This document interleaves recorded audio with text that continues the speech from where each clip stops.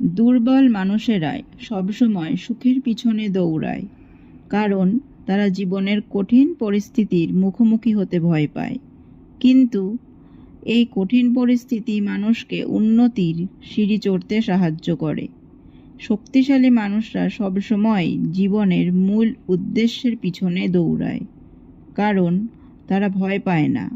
তারা কঠিন সমস্যার সম্মুখীন হয়, সমস্যাকে জয় করে, আর তারা সফল হয়।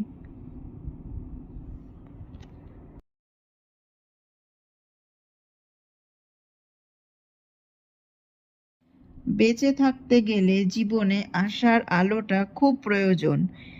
আনন্দ, খুশি আমাদের শক্তি দেয় পথ চলতে।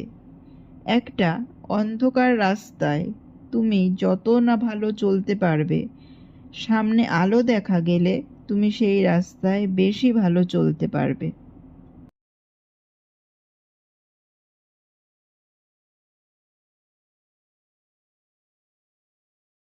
কিছু বলার আগে শুনে নাও, প্রতিক্রিয়া দেখানোর আগে চিন্তা করো, সমালোচনা করার আগে ধৈর্য ধরো, প্রার্থনা করার আগে ক্ষমা চাও, হাল ছেড়ে দেওয়ার আগে চেষ্টা করো।